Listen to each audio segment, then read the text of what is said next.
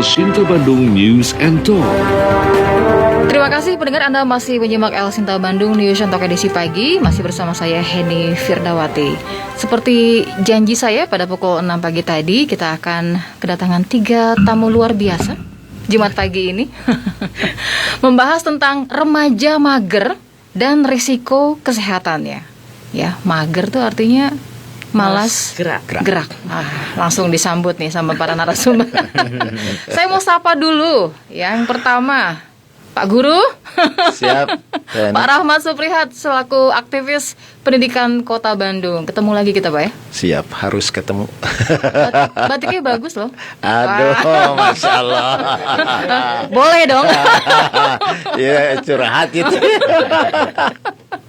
Terima kasih ya, Siap, Pak Guru teh, sudah siap, hadir di teh. studio El Sinta. Kemudian di sebelah kiri Pak Guru ada Dr. Indra Sahril, SPA, Subs SP Neuro, KMKes. Wah, Ya. panjang ini. Panjang. Iya. Sebagai Ketua Tim Layanan Remaja Terpadu dan Kepala KSM Anak di RSUD Bandung Kiwari. Iya, betul. Selamat datang Pak Dokter Ya, terima di El Sinta kasih. Bandung. Kalau ngeliat dokter tuh cerah ya, pengennya sehat terus gitu ya. Amin. Auranya positifnya. Betul ya. Kalau saya auranya apa, Pak Guru? Positif. Dan di sebelah kirinya Pak Dokter ini ada orang tua siswa, perwakilan ya. betul. Ibu Susilawati, profesinya luar biasa, ibu rumah tangga. Iya. Superwoman ya. Superwoman. Halo, selamat pagi Bu Susi. Pagi. Panggilannya apa nih? Susi aja. Susi aja ya, oke. Pakai aja, Susi aja. Ya. FB saya gitu, Susi aja. Oh, gitu. Beneran? Nama panggung. Ada. Oh, nama panggung gitu. Pak Dokter ada nama panggung juga? Nggak ada. Oh, nggak ada.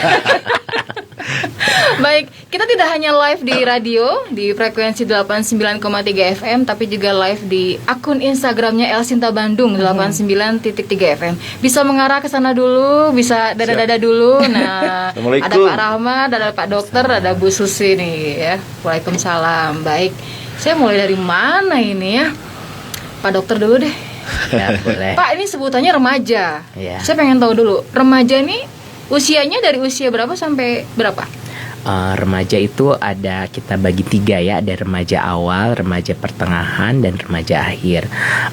Remaja awal itu mungkin tergantung beda-beda ya. Bisa mulai paling awal itu dari usia 8 tahun ya. Karena paling awal gejala remaja itu terutama pada remaja perempuan itu bisa muncul di usia 8 tahun. Mungkin biasanya kalau anak laki-laki itu lebih besar ya, mungkin 10 sampai 12 tahun. Kemudian nanti ada remaja pertengahan dan remaja akhir. Kenapa dibagi-bagi seperti itu? Memang karena ada proses-proses pertumbuhan atau juga pubertas ya yang terlibat pada masa-masa tersebut, di masa awal, pertengahan, dan akhir yang juga berbeda-beda di setiap tahapannya. Termasuk juga sebenarnya yang paling penting adalah pada masa remaja itu ternyata pertumbuhan otak juga masih terjadi ya, terutama bagian-bagian tertentu dari otak, terutama yang kita sebut prefrontal cortex ya. Jadi ada bagian-bagian otak yang masih berkembang dan mulai mengalami pematangan ya. Jadi makanya kenapa remaja itu kalau kita lihat lebih emosional, lebih rebellious gitu ya, suka menantang, ingin mencoba sesuatu yang berbahaya. Nah, itulah akibat dari perkembangan otak yang masih terjadi pada saat remaja, yang nanti pada saat dewasa hal itu akan berakhir. Jadi memang kita bisa menjelaskan bahwa perilaku remaja itu memang diakibatkan oleh proses biologis yang memang terjadi pada saat remaja. Pak Seperti Dokter, itu. ini belajar kayak gini berapa tahun? Berapa tahun ya? Lama. Luar biasa loh. Iya. Spesialis neuroscientist berarti ya masuknya ya? Iya, neuroscience. Neuroscience. Iya. Oh, luar biasa ya. Kalau prefrontal berarti otak depan gitu? Iya, Atau otak bagian depan, betul sekali. Oke. Sampai umur berapa perkembangannya? Berakhir akan pada masa dewasa awal gitu ya. Jadi Umur? umur sekitar 20-an. Jadi kalau kayak saya ini udah nggak ini ya, udah nggak berkembang lagi, sudah ya? matang, udah iya. stuck gitu ya. Iya, sudah Aduh, matang. sayang sekali. Kadang orang tua tidak melihat ini, Pak.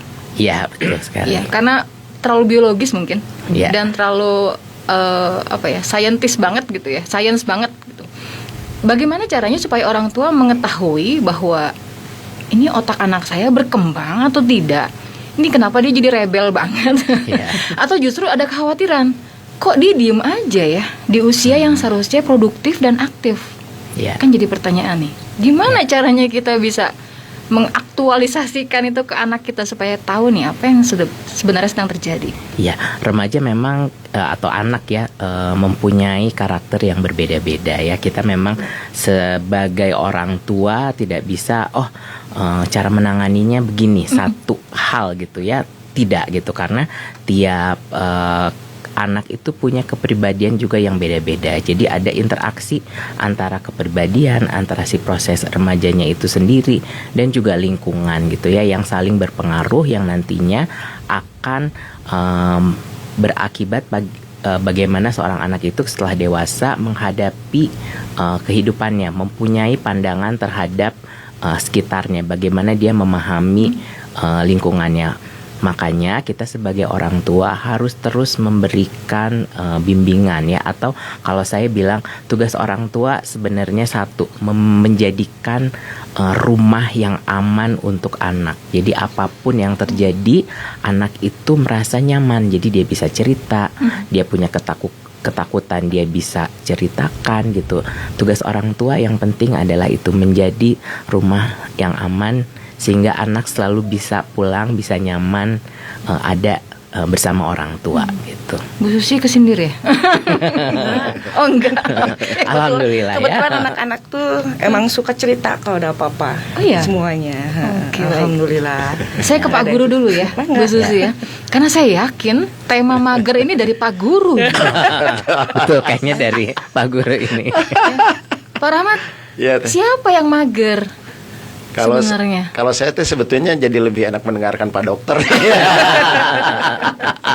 Ini informasi yang sangat luar biasa ya. Nanti kita lanjut. Ya, kalau bicara tentang malas gerak ini kan tadi udah disampaikan oleh Pak Dokter, anak itu punya kecenderungan melakukan sesuatu berdasarkan keinginannya sendiri ya. Jadi domainnya seperti itu.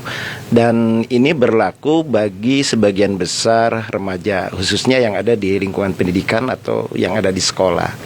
Jadi mager itu bukan dalam artian dia tidak gerak sama sekali, tapi dia lebih cenderung melakukan hal-hal, tindakan-tindakan yang emang sesuai dengan keinginan dia begitu. Jadi kalau di sekolah misalkan apalagi sekarang kan manakala penggunaan gawai itu sudah sedemikian dahsyatnya ya, mengikuti selera anak atau anak juga mencari identitasnya dengan panduan gawai, dan itu berlaku di sekolah teh.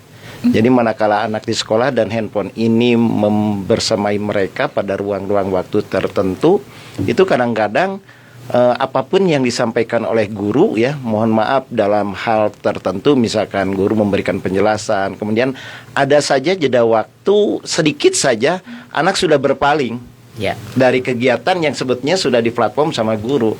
Jadi dia lebih cenderung ya dengan dunianya sendiri begitu. Jadi kalau saya menginterpretasikan bahwa mager itu ya anak cenderung melakukan kegiatan sesuai dengan keinginannya sendiri begitu.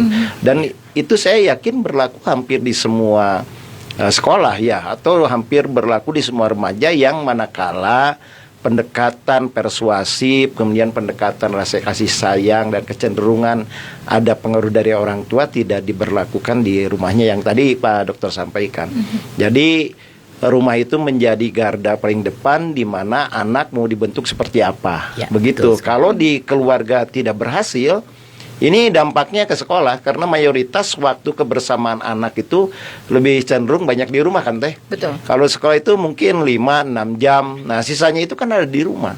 Nah, oleh karena itu kalau bicara tentang males gerak, saya yakin manakala di rumah itu tidak ada penetrasi kesepakatan antara orang tua dengan anak, ya itu ngimbas ke sekolah. Ya. efeknya di sekolah guru-guru termasuk siapapun yang punya tugas mendidik itu ketiban tugas yang sangat berat begitu. Karena domain kebiasaan yang di rumah dibawa ke sekolah begitu. Seperti itu teh. Dan saya yakin di rumah pun akan begitu. Anak punya dunianya sendiri, apalagi misalkan dia punya kamar sendiri, ya udah. Privasi mereka nyaman begitu. Bahkan tinggal dikunci, orang tua manggil juga ya nunggu dibuka sendiri sama anaknya. Seperti itu teh. Kupingnya disumpel. Seperti itu teh. Dengerin musik, iya kan? Iya betul teh, karena udah punya dunia sendiri lah seperti itu. Tapi memang negara harus hadir. Iya harus. Dan lah. Seharusnya kita sudah khawatir sejak apa coba? Sejak toko handphone lebih banyak daripada toko buku. Sepakat teh. Sepakat. Nggak diatur regulasinya Pak Rahmat. Iya betul teh. Nah, ini dan makanya barusan teh menggarisbawahi bahwa pemerintah harus hadir itu ya membuat regulasi, karena mereka kan sebagai regulator membuat regulasi bagaimana, tentunya ini harus berawal dari kajian-kajian ya teh ya. Kalau di Bandung lah saya yakin ini kan sudah ada contohnya nih Pak Dokter nih. Kalau bicara tentang kajian dari sains ya yang berhubungan dengan kesehatan kan Pak Dokter bisa terbukti ilmiah. Iya, terbukti ilmiah. Ya, manakala sudah ada kajian-kajian itu sebetulnya bisa dijadikan sebagai pertimbangan oleh pemerintah, termasuk masuk ke ruang pendidikan, bagaimana cara memetakan konsep pendidikan yang sesuai dengan perkembangan anak. Tadi Pak Dokter menyampaikan, oh ini harus seperti ini misalkan, oh ini ternyata ada pengaruh dari keberadaan gawai yang dipegang oleh anak-anak. Nah sehingga pemerintah dalam hari ini misalkan Dinas Pendidikan membuat regulasinya. Oke, misalkan pembatasan penggunaan handphone bukan tidak penting, sangat penting dan tidak bisa dipisahkan. Tapi manakala regulasinya tidak hadir, yaitu sesuatu yang baik pun akan menjadi tidak baik manakala emang regulasi tidak hadir. Sepakat teh. Kalau sekarang emang sudah terbukti teh. Seiring waktu berguguran tuh toko-toko buku yang ada di Kota Bandung juga. Bahkan sudah nggak ada. Toko buku kesayangan saya sudah habis terakhir tuh ya di Jalan Supratman nih. Sedih banget. Baik, Bu Susi, nggak masak dulu kesini? Rusuh. Ada gosen, ada gosen. Ada aplikasi ya. Iya, aplikasi. Pakai aplikasi juga. Cuma kebetulan kan di rumah emang kalau jam sini kosong. Oh, nggak ada yang dikasih makan ya? Jadi bisa nanti siang ya. Oke gitu. Bu Susi gimana nih ngelihat remajanya termasuk yang mager nggak? Anak-anaknya? Oh termasuk. Hampir umum ya. Iya umum. Diapain Bu kalau lagi mager gitu? Gimana ya? Di rumah. Kalau misalkan gini, kalau emang ada positif sama negatifnya ya. Kalau positifnya kan mungkin informasi lebih cepat ya. Betul. Lewat ini HP ini tuh. Cuma kalau misalnya Dok, kita nyuruh nih orang tua dia lagi mager kan di kamarnya. Misalnya manggil nih, Nak, tolong dong beli ke warung misalnya gitu. Iya sabar katanya gitu. Tapi sabarnya tuh bermenit-menit dan berjam-jam gitu. Nah itu jadi susah. Walaupun dia melakukan sesuatu juga si HP tuh nggak pernah lepas dari tangan. Bawa piring pakai HP di sini. Bener. Gitu kan? Ya kan? Ya gitu sih Dok. Jadi intinya memang tadi juga sudah disebutkan oleh Pak Guru ya bahwa di rumah itu tadi satu saya menyampaikan bahwa kita orang tua harus menjadi rumah yang aman gitu ya. Yang kedua sebenarnya juga orang tua itu di rumah harus menerapkan aturan ya sejak kecil bahkan ya. Jadi mana yang baik, mana yang tidak, mana yang boleh itu harus diterapkan sejak kecil ya. Bukannya dan sebenarnya gini juga penerapan aturan itu juga disertai dengan kenapa ya kita jadi sebagai orang tua itu kalau misalnya nggak boleh misalnya main handphone cukup 20 menit gitu kita terangkan karena nanti matanya capek gitu ya. Misalnya nanti kalau misalnya matanya sering capek nanti harus pakai kacamata gitu ya. Kita jelaskan kenapanya gitu. Jadi anak mengerti gitu ya. Atau misalnya anaknya disuruh ke warung nggak mau gitu ya. Remaja itu tadi yang sesuai dengan perkembangannya kita juga harus tahu. Remaja itu sangat menantikan reward ya. Jadi memang gitu ya? Caranya juga kita harus seperti itu. Kita punya trik gimana? Adek kalau nanti bantuin ibu misalnya boleh main handphone lagi 20 menit gitu ya. Kita ada bargaining gitu ya di situ. Jadi yang sudah kita sepakati sama-sama ya. Jadi itu termasuk juga ke dalam aturan-aturan tadi yang harus kita sepakati dari awal gitu ya. Dan itu masih stimulus otak ya? Reward itu ya? Iya betul, karena ya itu tadi si perkembangan otak tadi salah satunya juga yang muncul adalah remaja itu banyak dopaminnya ya jadi dia suka mencoba-coba sesuatu yang baru gitu yang menegangkan, termasuk kalau reward itu juga sesuatu yang menjadi suatu hal yang penting tuh dalam sebenarnya perkembangan remaja ya. Jadi kita juga harus sebagai orang tua bukannya semuanya harus di reward gitu ya, tetapi kita punya posisi tawar gitu ya.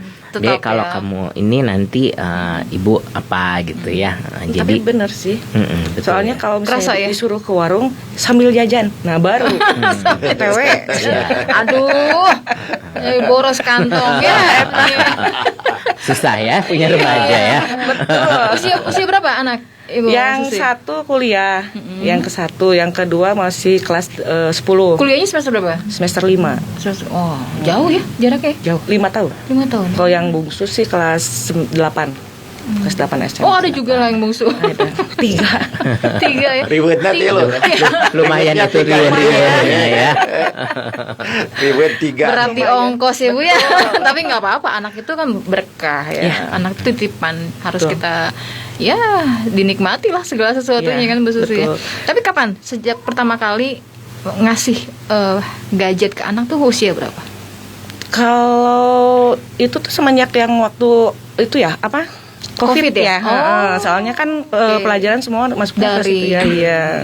Semuanya jadi semenjak itu ya terus berkembang sampai sekarang. Jadi diberikan karena ada situasi dan kondisi yang memungkinkan untuk mengharuskan menggunakan gadget gitu. Bukan karena udah kasih gadget aja lah biar diem. Enggak. Kan itu kebanyakan. Enggak sih. ya? Enggak. Cuma ya gitu, jadi keenakan anaknya sampai sekarang. Oh, oke. Kita sharing ya, Bu Susi. Kalau saya punya screen time policy. Jadi ada kebijakan jam segini harus off internet, tapi tidak untuk yang lain. Kayak untuk buka note itu kan nggak perlu pakai internet. Untuk belajar itu boleh. Jadi maksudnya tetap menggunakan gadget, tapi internetnya off gitu. Kalau saya jam 8 itu sudah off internet. Kalau Bu Susi ada nggak kayak gitu-gitu? Itu sempat sama ayahnya sempat di ini ya, jam 9 sudah gitu ya tutup. Cuma nggak gimana efektif ya? Nggak efektif, cuma seminggu paling gitu. Seminggu gitu lagi gitu. Mungkin harus ada rewardnya nih. Sebentar, itu kecanduan atau gimana? Main game aja kah atau media sosial? Enggak. Kalau game sih anak saya enggak. Cuma kadang-kadang lah ya kalau game. Paling sosial sih. Ya kayak sekarang kan TikTok ya Dok ya. Oh. TikTok, scroll TikTok gitu kan. Nggak berhenti ya. Tapi kita juga sebagai orang tua kan nggak bisa ngawasin full ya. Iya Masa sih harus ngeliatin anak ini gitu kan nggak mungkin kan tiap menitnya gitu kan. Ya mudah-mudahan sih nggak macam-macam gitu kan, kita juga nggak tahu ya Dok ya. Tapi nggak ada kesepakatan gitu secara lisan. Pengawasan dari orang Sudah tua pernah, cuma ya gitu anak sekarang susah. Pasti segala sesuatunya pasti pakai HP. Apa yang pertama perempuan? Semua perempuan. Oh, semua perempuan. Kayaknya lagi panas kupingnya nih diomongin. Dia tuh di belakang tuh. Oke. Gitu. Cuma saya mah berusaha untuk jadi teman sih untuk mereka. Nah, itu betul. gimana tuh? Coba tipsnya ada nggak? Sharing dong. Apa ya? Jadi teman kita tuh kan gimana pernah sih? ngerasa remaja juga ya. Iya sih. Iya Beda kan? zaman tapi. Beda zaman, tapi kita harus ngikutin juga zaman sekarang biar kita Aduh. tahu gitu loh anak kita tuh gaulnya seperti apa. Bagaimana gitu kan. cara pikir mereka ya? Betul. Karena Jadi udah jauh beda. Jauh beda. Jadi si ABG deh gitu. Oh gitu ya. Ngikutin aja, ngikutin anak-anak tuh sekarang kegemarannya apa gitu kan. Mau nggak mau harus ikut nyemplung juga ya. Betul. Dan kebetulan teman-temannya anak saya juga semuanya deket gitu, dia suka ngumpul Nah di rumah. itu yang paling penting. Iya, Jadi betul. kejangkau juga. Jangan Kejangkau sampai semua. mereka ngumpet-ngumpet di belakang. Enggak Betul. ada tante, malu gitu. Enggak, alhamdulillah. Enggak ya? Anak-anak bawah kalau ketemu bunda, semua. Aduh. Superstar ternyata. Ya alhamdulillah sih. Ya namanya gitu, obat awet murah. Oh. Dokter, Ya. keren ya kalau orang tua bisa menelisik lebih dalam tentang anak.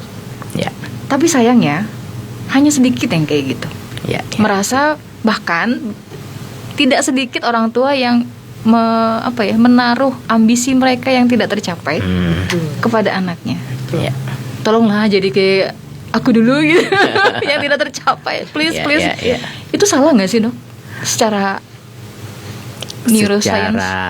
Intinya adalah kalau dari neuroscience setiap anak itu kan berbeda-beda ya. Jadi tadi Bu Susi punya 3 anak, pasti yang ke-1, ke-2, ke-3 semuanya beda gitu ya. Jadi kita tidak bisa memang mengharapkan satu kepada anak kita untuk mereka bawa, karena belum tentu itu adalah sesuatu yang mereka ingin lakukan, sesuatu yang mereka minati gitu ya. Karena kan untuk mengerjakan sesuatu itu harus ada kalau istilah sekarang passion gitu ya. Kalau tidak punya itu ya nggak bisa gitu. Jadi kita memang orang tua tidak boleh memaksakan sesuatu yang tidak tercapai dulunya kepada anak kita. Itu akan menjadi beban buat anak, dan itu stres loh buat anak itu. Itu adalah stresor yang mungkin akan membebani dia gitu. Jadi biarkanlah anak berekspresi. Jadi orang tua adalah melihat, oh ini minatnya di sini nih, dan memberikan wadah gitu ya. Jadi bukan memaksa, mendorong ke satu. Dan satu lagi sebenarnya, kalau saya dulu saya selalu senang gini. Jadi orang tua itu jangan ada yang bilang istilahnya a good enough gitu ya. Jadi jangan jadi super yang perfect gitu, nggak ada itu orang tua yang perfect, tapi good enough. Dalam arti apa? Orang tua itu juga harus membiarkan anaknya berbuat kesalahan, karena dari kesalahan itu kita belajar, anak belajar, orang tua juga belajar gitu. Jadi proses itu yang mungkin harus sedikit kita sebagai orang tua itu harus relax gitu ya. Jangan ini belum anaknya belum belajar, besok mau ulangan gitu ya, harus ikut belajar. Ini udah belajar belum gitu kan? Ada orang tua yang sangat kita bilangnya sekarang helikopter parent gitu, sangat khawatir anaknya gagal di sekolah, jadi dia ikut sibuk sendiri. Padahal kan kalau misalnya udah SMA nggak harus kayak gitu ya Pak ya. Belajar anak SMA beda sama anak SD. Biarin aja dia nanti ulangannya dapat 5, ya biar dia mikir gitu ya. Dia harus belajar, dia harus ingat kalau besok ulangan, nggak harus orang tuanya terus gitu. Jadi itu aku banget. Ya, orang tua harus mengajarkan kemandirian kepada anak sejak kecil gitu. Saya seperti ditampar ini. Aduh, saya tidak berniat menampar ya. Pak Rahmat merasa tertampar tidak? Enggak, santai aja. Santai aja ya Pak. Iya. Tapi pernah nggak di sekolah ada kasus misalkan ya, anak murung gitu ya, dan sekolah juga kan sebenarnya ada BK juga ya di sekolah, bimbingan dan konseling. Gimana tuh Pak Rahmat menanggapi anak-anak yang murung tiba-tiba gitu? Kita kan nggak pernah tahu ya di balik murungnya itu ada apa. Apakah pulsanya habis atau pulsa internet ya? Itu salah satunya faktor utama. Gimana tuh Pak sekolah bisa? Kalau kehadiran perilaku peserta didik ya, tentunya pasti bermacam-macam tergantung dari pengalaman psikologis mereka begitu. Bisa juga ada anak yang emang misalkan murung karena ada tekanan psikologis dari teman-temannya yang sempat membuli misalkan dan sebagainya. Makanya di tiap sekolah itu sebetulnya ada tim yang bertugas menanggulangi permasalahan bullying seperti itu. Ada di sekolah saya itu ada nomor kontak yang bisa dihubungi oleh anak ya, untuk menyampaikan apabila anak itu punya pengalaman psikologis akibat dari tekanan siapapun. Jadi anak bisa ngechat lewat WA dan memang dijamin kerahasiaannya, sehingga apabila anak memiliki memiliki tekanan psikologis karena faktor tertentu, dia tinggal lapor saja dan nanti tinggal dipanggil kemudian melakukan pendekatan dan sebagainya. Dan itu saya yakin hampir ada di semua sekolah teh. Dan yang paling saya khawatirkan sebagai aktivis pendidikan, ini pengaruh gawe itu ya Dok ya. Ini bukan hanya bicara tentang kesehatan fisik. Nanti mungkin Pak Dokter bisa menggali tentang pengaruh terhadap kesehatan fisiknya nih. Tetapi secara psikologis juga itu sangat saya khawatirkan teh, karena punten-punten kalau jujur-jujuran nih di Kota Bandung pasti banyak anak yang dalam arti apa sih, banyak anak yang pernah terlibat dalam hal-hal yang di luar jangkauan kita sebagai orang tua lah secara umum. Misalkan pacaran yang berlebihan dengan pihak-pihak tertentu yang mungkin ketemu lewat media sosial dan lain sebagainya. Dan saya yakin kalau buka-bukaan Dinas Pendidikan Kota Bandung pasti punya PR banyak yang diakibatkan oleh dahsyatnya pengaruh negatif dari handphone yang kita miliki. Pernah ada sebuah informasi teh bahwa ada anak di sebuah sekolah yang emang dia sudah puntennya ini sudah tahu tentang Hotel Jardin misalkan, kemudian check in di sebuah tempat. Itu udah clear teh. Makanya saya pertegas kalau Dinas Pendidikan Kota Bandung mau buka-bukaan, sebetulnya banyak PR teh. Karena yang tadi misalkan dia murung karena kuotanya tidak ada, orang tuanya punya keterbatasan, dia teman sebelahnya misalkan handphonenya baru, dorongan untuk sama dengan orang lain kan lebih besar, sementara keterbatasan sangat sedemikian jauh begitu, sehingga kadang-kadang tidak menutup kemungkinan ada anak yang harus mau merelakan dirinya untuk melakukan segala sesuatu yang di luar jangkauan kita hanya karena kebutuhan itu. Dan saya yakin itu ada. Ya, ada. Saya yakin ada itu teh. Sebetulnya ngeri banget sebetulnya kalau ke sana ngeri banget sebetulnya. Karena apa? Karena pemerintah sendiri sebagai regulator tidak bisa membatasi keberadaan handphone ini dengan berbagai macam serangan informasi yang punten-punten ini ibarat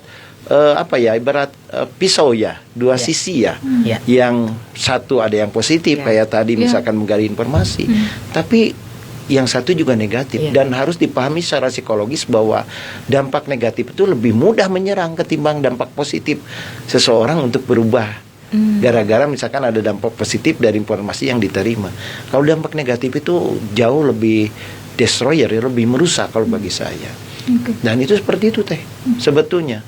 Dan jujur-jujuran juga sebetulnya kayak di sekolah saya aja ada anak yang misalkan karena kecanduan dengan HP ini sampai berontak terhadap orang tuanya. Dan itu juga saya yakin di semua sekolah sama. Jadi kan keberadaan handphone misalkannya yang sudah menjadi milik pribadi itu tidak disadari bisa mendorong seseorang menjadi pribadinya yang emang tidak mau diganggu oleh orang lain. Jadi egonya semakin tinggi. Makanya tadi kalau disuruh sama orang tua misalkan beliin ini, ya nanti sebentar. Itu pasti jawaban nanti sebentar tunggu itu pasti menjadi jawaban yang umum. Artinya apa? Artinya itu berarti nilai-nilai ego itu udah hadir di diri anak seperti itu. Nanti ke sana manakala misalkan durasi waktunya semakin lama, egoisnya kan semakin tinggi. Dan itu jujur aja sangat berbahaya seperti itu. Sebelum ke Pak Dokter, Bu Susi, pernah nggak mergokin anak melakukan suatu hal yang aneh di gadget? Mergokin bukannya dapat info. Sih enggak, belum pernah. Karena emang di password juga sih, Pak. Itu. Itu kan udah ego ya. Iya. Tapi suka ada selintingan dari teman-temannya juga, Bun, si ini begini loh. Misalnya anak aku kan, nih statusnya kok di aku nggak ada, nah itu status. Di hide juga itu kan anak-anak tuh. Lah kok di Bunda nggak ada, aku nih lihat nih Bun gitu kan, jadi ketawanya dari orang lain.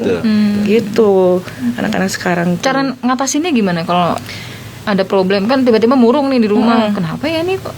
Perasaan nggak ada masalah sama orang tua kok tiba-tiba? Ya makanya aku suka berusaha untuk jadi teman untuk mengerti kondisi anak-anak sekarang gitu kan. Suka ditesok ada apa.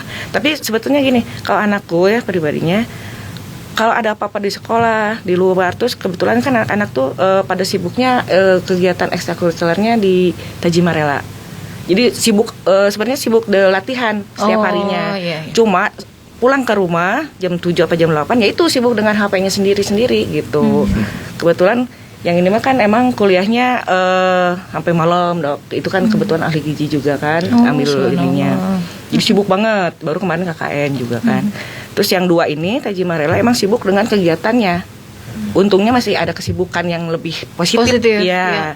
Cuma ya itu begitu nyampe rumah mandi Sibuk makan sama? sibuk dengan HP-nya sendiri gitu. Yang penting sih masih cerita ya. Alhamdulillah sih masih cerita, walaupun sebenarnya ada yang disembunyikan ya. Pasti Nggak mungkin ada. semuanya Iya, ya. ada punya privasinya. Betul, ya itu.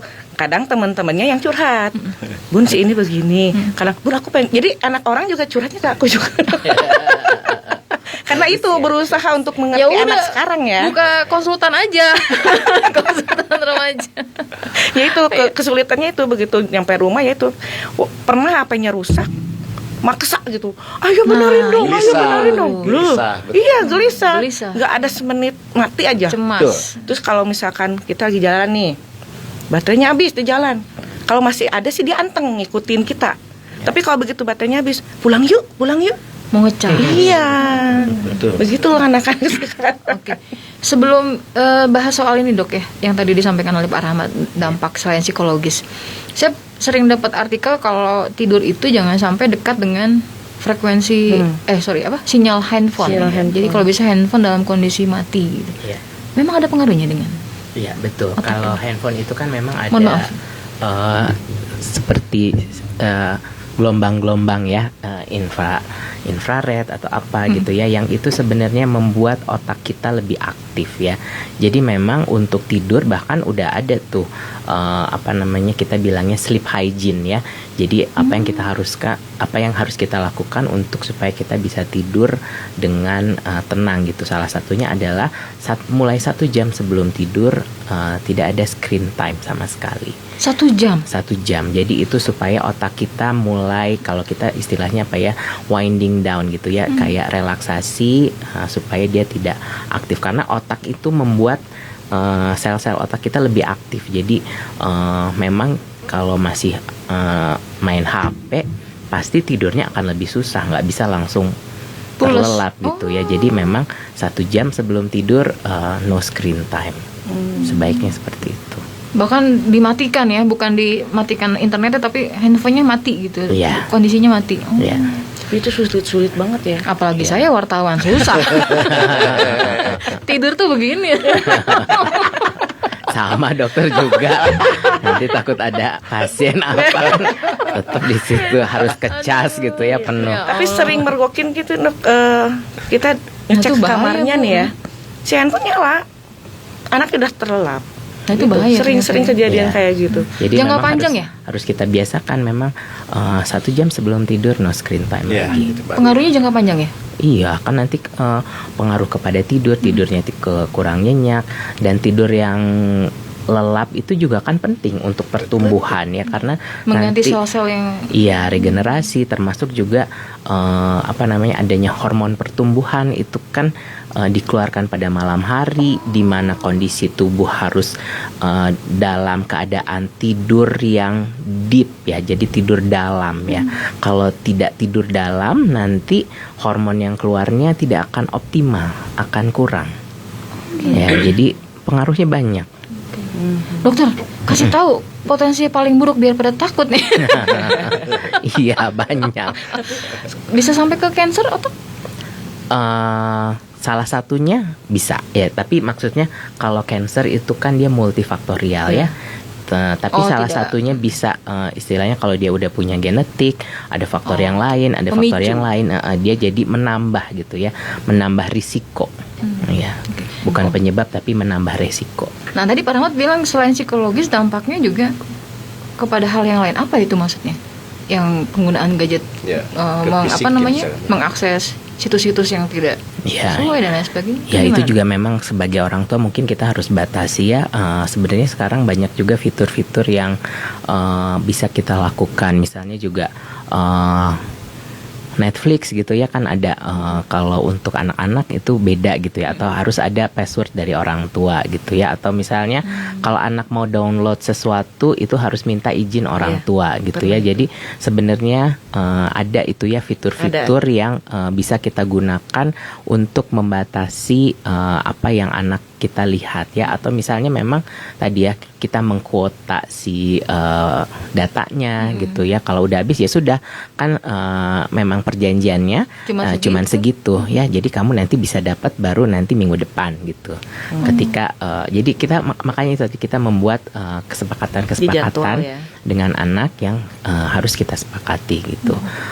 Kemudian juga sebenarnya tadi Pak Rahmat juga udah bilang hal-hal semuanya itu sebenarnya kan konstruksi sosial yang berubah ya, yang sebenarnya juga pemerintah harus punya peran ya. Di salah satu negara yang saya tahu sudah ada tuh, ada yang sudah bikin aturan anak tidak boleh punya gadget sampai usia 13 tahun. Jadi dilarang anak itu. Jadi memang mungkin aturannya ya kalau beli itu orang tua gitu ya, tapi anak tidak boleh punya handphone sampai usia 13 tahun. Mungkin berarti baru SMP baru boleh punya handphone. Kelas 3 itu juga ya. Iya. Iya, jadi ya maksudnya banyak aturan-aturan ya, mungkin juga dari Komdiji harus lebih selektif dalam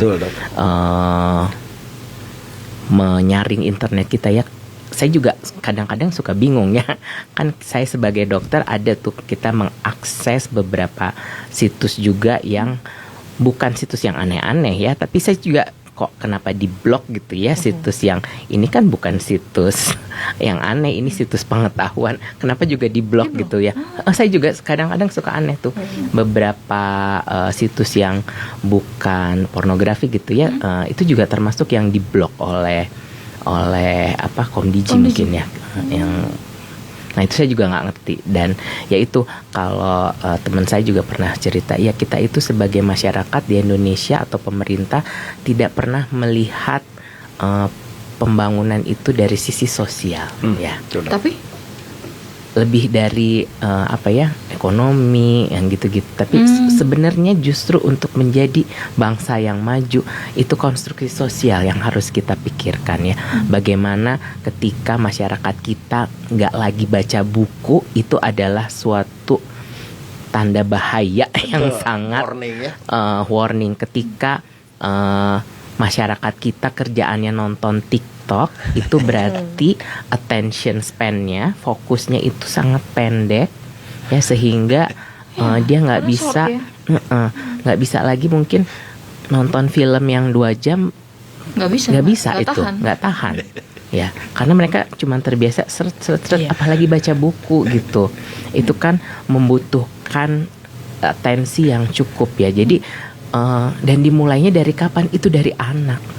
Bukan tiba-tiba nanti remaja kamu harus begini, nggak bisa. Itu harus dibiasakan dari anak. Orang tuanya harus ngerti dulu bagaimana memberikan pengasuhan pada anaknya. Ini kalau dokter udah bilang kayak gini, berarti kita sedang tidak baik-baik saja. Betul. Dan sebetulnya Tehani, mudah-mudahan ini dengar ya sama pemegang kebijakan termasuk di Dinas Pendidikan ya. Informasi itu kan sebetulnya sekarang sudah sampai ke tangan kita. Namun manakala kita mengapresiasi informasi lewat gawai kita, sebetulnya kan itu tidak maksimal ya. Makanya Dinas Pendidikan sebetulnya harus sering-sering nih kayak ngundang Pak Dokter, sosialisasi tentang informasi ini di ruang-ruang sekolah. Karena saya yakin pada saat orang tua mendapatkan suguhan informasi yang langsung, itu sebetulnya pengaruhnya akan cukup efektif. Ini saya udah menggarisbawahi beberapa hal yang perlu nanti saya lakukan di rumah nih, seperti kayak tadi ya, misalkan karena itu sangat penting. Misalkan 1 jam sebelum tidur HP harus dimatikan. Ini kan informasi baru nih. Dan saya yakin orang tua juga nggak tahu tentang hal ini. Taunya harus dijauhkan. Padahal yang namanya frekuensi gelombang ini kan kita tidak tahu batasannya sejauh apa kan, seperti itu. Tapi kalau dimatikan kan itu sudah sangat jelas. Kemudian membangun kesepakatan dengan anak, bagaimana cara penggunaan handphone ini seperti apa yang dilakukan oleh anak di rumah. Ini hal-hal yang baru yang saya yakin sebetulnya nanti Dok kalau ada apa ya, ada poin-poin program tertentu dari Bandung Kiwari ya, Ya. yang bisa dikombin dengan sekolah. Ini Ya, sangat boleh. penting nih. Misalkan di SMP 9, di SMP 55 seperti itu. Karena jujur aja, kalau cari sendiri dengan informasi yang disampaikan disuguhkan secara langsung itu sangat jauh berbeda. Setengah-setengah lah ya. Dan mohon izin mungkin Dok ya, ada juga ya pengaruh penggunaan handphone yang berlama-lama terhadap kondisi fisik anak nantinya. Iya, tentu saja. Walaupun tadi kita sudah bicara ya ada si efek negatifnya, termasuk tadi resiko kanker itu juga ada ya. Tadi saya sudah bilang matanya Betul.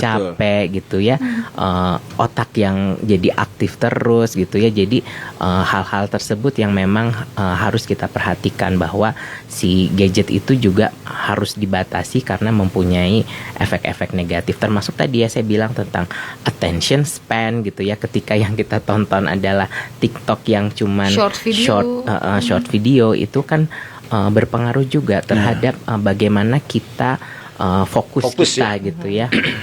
Nah itu. Padahal makanya kayak mah teh TikToker sadayana. Iya. Anak-anak juga udah begitu semua tuh, udah beralih ke situ. Iya. Anak-anak TikTok adalah salah satu sosial media yang sampai sekarang ada TikToknya akunnya, tapi saya nggak pernah buka. Karena saya takut nanti saya kalau sering buka TikTok jadi Sebelum Kalau ada ibu-ibu mah belanja deh. itu mah ya. Masuk keranjang ya. Iya. Dan pasti sering ada yang ngirim barang ke rumahnya. Oh iya, COD. COD gitu ya. Nah, pasti itu Bu Susi, nah gitu pasti itu Bu Susi. Nah. Tapi nggak kita doang Dok. Pak, benar anak-anak Anak-anak paket sama siapa? bisa, ya. Ya ini paket siapa di Istria? Kapan mereka itunya kita nggak tahu. Tiba-tiba ya. udah bisa ya Iya. sekarang. Kita harus jeda dulu nih, Bu Susi, Pak Dokter, Pak Guru. Ya. Tapi sebelum kita jeda, saya nampaknya harus berterima kasih kepada anak saya karena tiba-tiba saja saat dia menggunakan gadget untuk pertama kali, satu aplikasi yang tidak dia download adalah TikTok. Ya. Ya, saya juga kaget. Loh kok nggak di-download? Ini kalau perlu YouTube kalau bisa di nonaktifkan deh katanya. Karena nggak mau katanya gitu. Iya. Saya harus berterima kasih ya sama. Iya, betul. Itu bukan arahan dari saya. Iya. Entah kenapa katanya justru dia melihat teman-teman yang aktif di TikTok kok jadi makin jauh obrolannya. Iya. Tidak nyambung gitu. Nah itu Gitu. ya. Jadi memang ternyata orang tua dan anak harus kolaborasi. Ya. Nggak bisa kita hanya mengandalkan anak kita atau mengandalkan diri kita yang benar sendiri. Betul. Gitu. Hingga akhirnya ya media sosial akan menjadi hantu buat kehidupan sosial kita ya, Dok? Ya, ya. Gitu nggak sih? Iya, betul. Aduh, jadi kemana-mana ngomongnya sih. Saya bacakan WA yang sudah masuk ya. Ya. Ini dari Pak Reza, pendengar kami. Halo Pak Reza, sehat selalu ya Pak Reza ya. Hal apa saja yang dilakukan sekolah dalam membatasi pengaruh handphone dan berapa lama terapi yang dilakukan untuk kasus psikologis dan kesehatan remaja akibat pengaruh handphone? Mungkin Pak Guru dulu nih ya, karena ada pertanyaan untuk sekolah dan juga dari sisi kesehatan. Ya. Silakan. Kalau regulasi aturan sebetulnya saya sangat yakin tiap sekolah juga sudah ada ya. Seperti di sekolah saya, misalkan anak-anak pagi-pagi bawa handphone, kemudian handphone itu manakala tidak dipergunakan dalam proses belajar dikumpulkan. Oh, ada proses pengumpulannya. Ada. Jadi di ruang guru ada tempat sih ya, tempat khusus ini untuk kelas 7A dan sebagainya. Jadi pagi-pagi kalau tidak dipakai ya dikumpulkan. Kemudian nanti kalau ketahuan ada anak yang membawa atau tidak mengumpulkan, itu udah ada sanksi yang memang harus diterima. Sampai misalkan sanksinya sampai pemanggilan orang tua dan sebagainya. Dan saya yakin itu tiap sekolah ada. Nah, manakala misalkan ternyata handphone itu dipergunakan untuk pembelajaran, apalagi kan kalau sekarang ulangan udah less paper ya. Jadi udah langsung pakai Google Form misalkan. Ya udah anak pakai itu. Tapi manakala sudah selesai digunakan, handphone itu dikumpulkan kembali seperti itu. Dan tertib dan ada satu hari, satu minggu anak tidak boleh bawa handphone misalkan. Hari apa? Di hari Rabu misalkan. Hari Rabu. Ya, jadi anak tidak boleh bawa handphone. Udah aja seperti itu. Nah, kadang-kadang kan suka ada muncul alasan teh. Pak, bagaimana kalau saya mau dijemput? Nah, padahal dulu juga kan tidak ada handphone, biasa-biasa aja ya. Pulang-pulang aja. Nah, itu yang harus bisa dibangun. aja, Makanya ya. kalau misalkan pada saat anak tidak bawa handphone, itu tinggal komunikasi dengan pihak wali kelas atau guru misalkan ya. Tinggal dihubungi orang tuanya, dan manakala orang tua itu sudah tahu tentang aturan yang ditetapkan oleh sekolah, sebetulnya sudah tidak ada pertanyaan lagi. Itu. Gitu. Kadang suka ngeyel orang tuanya. Cuman handphone. Nah, ngomongnya gitu loh. Cuman handphone Betul, loh, Pak. Gitu. betul. Dan ini kan harus diberlakukan. Tadi Pak Dokter udah menyampaikan, bahkan di sebuah negara ya aturan sampai 13 sekuat tahun. itu ya. Ya, Jadi kalau belum 13 tahun ya anak tidak boleh bawa handphone, karena dampak negatifnya itu sangat dahsyat ya. Kalau di kita beda lagi teh. Apa? Jadi bahkan anak 2 tahun sudah daripada ceriknya sih teh. Banyak. Udah 6 bulan Pak sekarang. 6 bulan ya, Dok? 6 bulan udah dikasih handphone. Nah, iya. itu kan seperti itu. Gitu, Kalau di sekolah luar mah udah biasa. clear lah.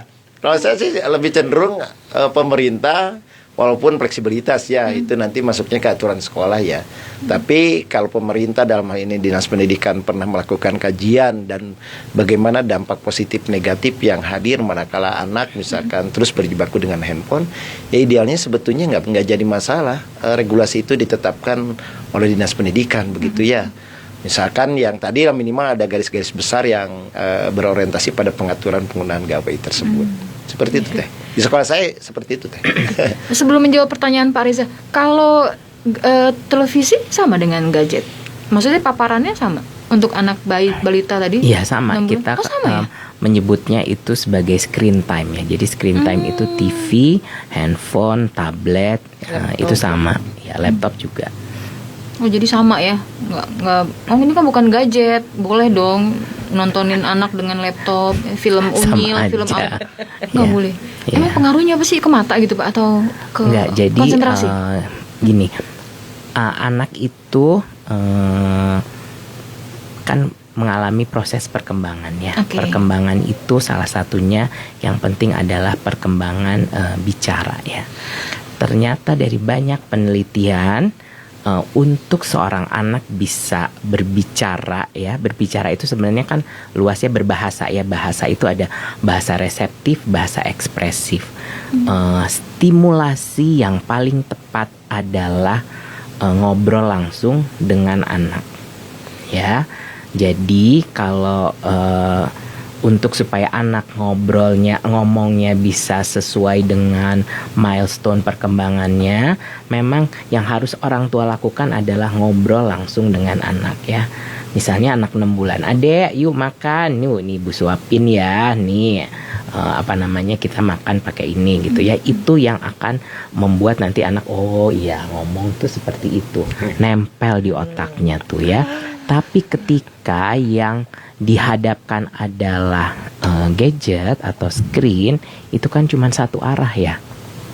Makanya nanti sekarang banyak anak-anak yang telat ngomong ya. Speech delay. Atau kita bilangnya developmental language disorder. Dia ngerti tapi dia nggak bisa ngomong tuh, nggak ngomong ya. Karena itu dia memang terbiasa satu arah, dipanggil nggak mau nengok gitu ya, nggak noleh. Karena di stimulasinya salah. Jadi istilahnya si otaknya itu polanya nggak nempel ya. Berbahasa, berbicara, berkomunikasinya itu dengan cara yang salah diajarinnya gitu. Kan kalau misalnya mungkin tahun 80-an lah nggak ada handphone gitu kan, kita kan mungkin jarang sekali ya mendengar anak yang telat ngomong apa. Sekarang kan wah banyak sekali. Kasusnya banyak ya? Banyak, dan sebenarnya bukan telat ngomong juga ya. Anak yang terbiasa dengan gadget itu juga mengalami yang kita sebut social communication disorder ya. Jadi dia itu tidak bersosialisasi dan tidak berkomunikasi ya. Tadi dipanggil nggak nengok gitu ya, nggak mau natap mata kita gitu ya, nggak berinteraksi dengan baik gitu ya. Nah itu bisa salah satu menjadi akibat, walaupun tidak hanya satu-satunya ya, tetapi ketika beresiko ada genetiknya ditambah faktor lingkungan yang seperti itu akan membuat istilahnya ya kondisinya lebih berat gitu. Kalau nonton bareng sama orang tuanya Nah. meskipun masih kecil?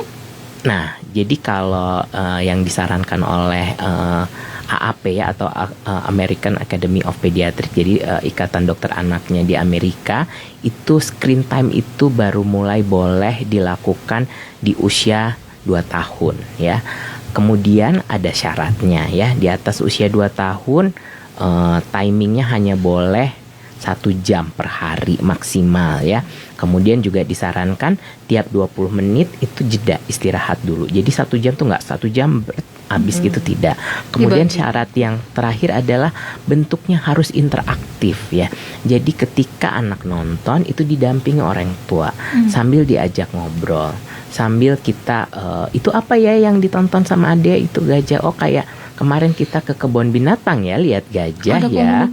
Ada komunikasi. Jadi bukan hanya satu arah ya.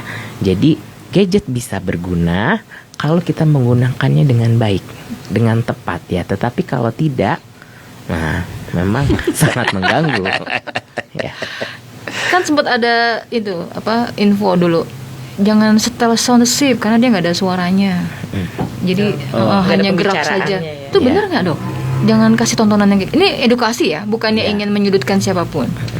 Gimana? Ya memang ya itu tadi, untuk perkembangan bicara yang paling baik stimulasinya adalah ngomong langsung sama si anak. Apalagi kasih tontonan yang tidak ada suaranya. Bahkan misalnya gini ya, anaknya lagi di situ, bapak sama ibunya ngobrol di sini ya, itu bukan stimulasi yang ideal. Nggak nempelnya tuh kurang nempel gitu ya. Tapi untuk supaya bener-bener nempel itu harus ngobrol langsung gitu. Gitu ya. Punya pengalaman nggak, Bu Susi? Enggak ya. Karena tadi ya kondisinya COVID ya, dikasih gitu. Tapi kan tetap diarahkan. Betul, diarahkan tetap. Tapi ya gitu, kita kan sebagai orang tua nggak bisa ngawasin full 24 jam. Iya. Yang boleh di bawah 2 tahun itu hanya video call. Video call? Ya, video call, misalnya ayahnya lagi di Jakarta, kita mau ngobrol lewat video call, nah itu boleh karena itu interaktif. Itu boleh. Video call. Jadi kecenderungan dok yang video callnya antara suami dan istrinya dok. Kalau anaknya dibiarkan aja. Iya. Pak Guru kali itu. Anaknya udah gede soalnya. Nah kalau tadi pertanyaan Pak Reza, berapa lama terapi yang dilakukan untuk kasus psikologis dan kesehatan remaja akibat pengaruh handphone? Pernah menangani juga kan? Iya pernah dan cukup banyak juga ya. Tapi memang kalau sudah berat ya kita withdraw aja gitu. Memang pasti sulit ya. Tapi harusnya sih bisa gitu. Dan kayak sebenarnya gini, saya juga punya banyak pasien gitu ya yang pasti orang tuanya bilang, aduh dok, anak saya nih nggak bisa lepas dari handphone di rumah itu ya. Ya udah, saya sih nggak saya bantah apa gitu ya.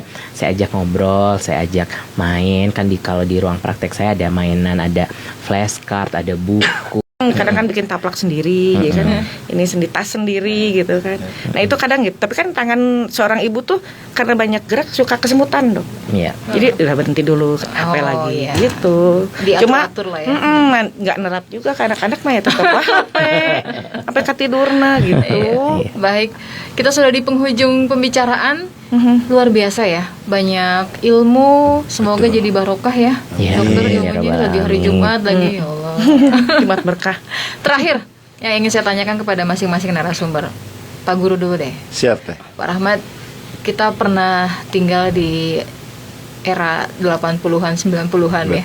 Dimana kalau masuk ke sekolah itu guru bukannya ribet ngambilin handphone, tapi periksa tangan, periksa kuku gitu ya. Kalau panjang, gitu ya. Rambutnya cukur dan lain sebagainya. Ada banyak perbedaan yang sudah kita lalui dan kita menghadapi perbedaan itu hari ini sebagai pendidik mungkin, sebagai orang tua mungkin, sebagai praktisi kesehatan yang luar biasa gitu. Apa yang menjadi harapan dari Pak Rahmat supaya remaja mager tidak lagi menjadi sebuah komoditas negatif lah di negara ini? Iya. Iya, kalau saya di sekolah kan kebetulan kesiswaan teh ya.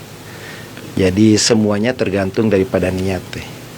Siapapun orang yang menjadi tenaga pendidikan di sebuah sekolah, kata kuncinya kalau saya secara pribadi ya, saya justru lebih berorientasi menghadirkan anak yang benar gitu, ketimbang yang pintar. Karena kata kuncinya harus benar dulu teh. Kalau anak benar, pintarnya pasti dapat. Karena kalau anak benar nggak mungkin nggak rajin belajar. Kata kuncinya itu. Nah, bagaimana cara menghadirkan anak benar? Yang tadilah sebetulnya ada beririsan. Jadi kita harus memberikan keteladanan bagi anak. Kita akan menjadi sangat capek, menjadi sangat susah menggiring anak untuk tepat waktu, manakala gurunya tidak tepat waktu. Jadi kata kuncinya dari kita dulu. Kita agak susah misalkan mengharapkan anak untuk rapi, manakala gurunya nggak rapi. Dan itu akan menjadi sebuah proses pembenaran tindakan dan sikap anak manakala ada contoh-contoh yang tidak baik. Jadi nanti jangan sampai dibalikan lah gitu. Kamu tidak boleh kesiangannya. Tapi Pak, kenapa guru itu juga kesiangan? Seperti itu. Jadi kata kuncinya dari kita. Nah, kemudian harus memberikan edukasi sama anak. Salah satu contohnya yang tadi disampaikan oleh Pak Dokter, dan itu nanti juga akan saya sampaikan ke anak tentang bahwa keberadaan gawai ini sebuah keniscayaan ya Dok ya. Jadi kita tidak bisa menghindari dari keberadaan teknologi. Tinggal seberapa besar manfaat teknologi ini dalam rangka mendorong siapapun termasuk peserta didik untuk bisa maju, bisa sukses. Ya, sekarang kan anak kecil aja, mohon maaf ya, misalkan setingkat anak SMP bisa jadi pengusaha dengan ini. Misalkan dia jadi reseller, misalkan atas sebuah produk. Tapi manakala gawai ini dimanfaatkan untuk sebaik-baiknya, pun sebaliknya. Jadi manakala gawai ini dimanfaatkan untuk hal yang tidak baik, ya itulah the man behind the gun itu. Jadi apapun senjatanya, manakala berada di tangan orang yang tidak baik, ya jadi tidak manfaat begitu. Mudah-mudahan menginspirasi lah, karena tadi daging semua yang disampaikan oleh Pak Dokter ini ya, dan well done dagingnya juga. Betul. Dan itu mudah-mudahan menginspirasi ya, menginspirasi para tenaga pendidikan lah di sekolah untuk mulai bangkit, kemudian mengemas sebuah proses pendidikan yang sebaik-baiknya. Baik, lebih baik benar ya sebelum pinter, luar biasa. Pak Dokter silakan. Ya, kalau dari saya sendiri, walaupun kita nih ngobrolin masalah remaja ya, kalau buat saya selalu remaja ini adalah produk tengah-tengah atau hampir akhir nih. Bagaimana kita menciptakan remaja yang baik? Tentu saja awalnya dari anak ya, dari pola pengasuhan sejak dia kecil. Jadi kalau saya akan lebih senang untuk jadi sebelum menjadi orang tua, harusnya sih ada penataran atau parenting class bagaimana menjadi orang tua yang baik gitu ya. Pola pengasuhan apa yang ingin diterapkan, nilai-nilai apa yang ingin ditanamkan kepada anaknya, bagaimana nanti interaksi mungkin dari ayah, ibu, orang tuanya, dan itu menurut saya sangat punya orang tua yang siap untuk punya anak yang akan menjadi anak yang sehat untuk Indonesia yang lebih kuat. Indonesia apa itu 50 emas, Indonesia emas ya. Mas, saya bukan cemas ya. Baik, terima kasih Dokter. Bu Susi silakan. Mau pesan apa buat anak-anaknya? Bingung. Benar kata Pak Rahmat tadi, dimulai dari kita ya sebagai orang tua mencontohkan yang baik, dan yang intinya mudah-mudahan anak-anak bisa dengan bijak lah menggunakan sosmed sekarang ini kan, salah langkah, salah ngomong di situ bisa jadi rame kan. Mudah-mudahan bisa dengan bijak anak-anak. Semua anak-anak. Bilang dong ke kakak, adik gitu. Coba bilang.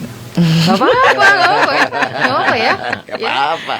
Ya apa ya? Udahlah nggak apa-apa. Asa jadi isi. Kayak di bumi atau apa? Masalahnya teh nanti ditagih deh itu. Baik, terima kasih Bapak Ibu sudah hadir di Studio Sinta di Jalan Surya Sumantri nomor 6C. Sehat selalu. Amin. Dan semoga pembicaraan kita kali ini bisa didengar banyak orang dan bisa menginspirasi banyak orang. Sekali lagi terima kasih. Siap. Sehat selalu. Amin. Demikian tadi pendengar perbincangan kami bersama dengan 3 narasumber. Yang pertama adalah Ketua Tim Layanan Remaja Terpadu dan Kepala KSM Anak RSUD Bandung Kiwari, Dr. Indra Sahril. Kemudian juga aktivis pendidikan Kota Bandung, Pak Rahmat Suprihat, serta orang tua siswa, Ibu Susilawati. Dan pendengar Anda serta netizen bisa menyimak perbincangan pagi ini secara lengkap di YouTube El Sinta Bandung 89.3 FM. Saya Heni Firdawati, undur diri, terima kasih, sampai jumpa. El Shinta Bandung News and Talk.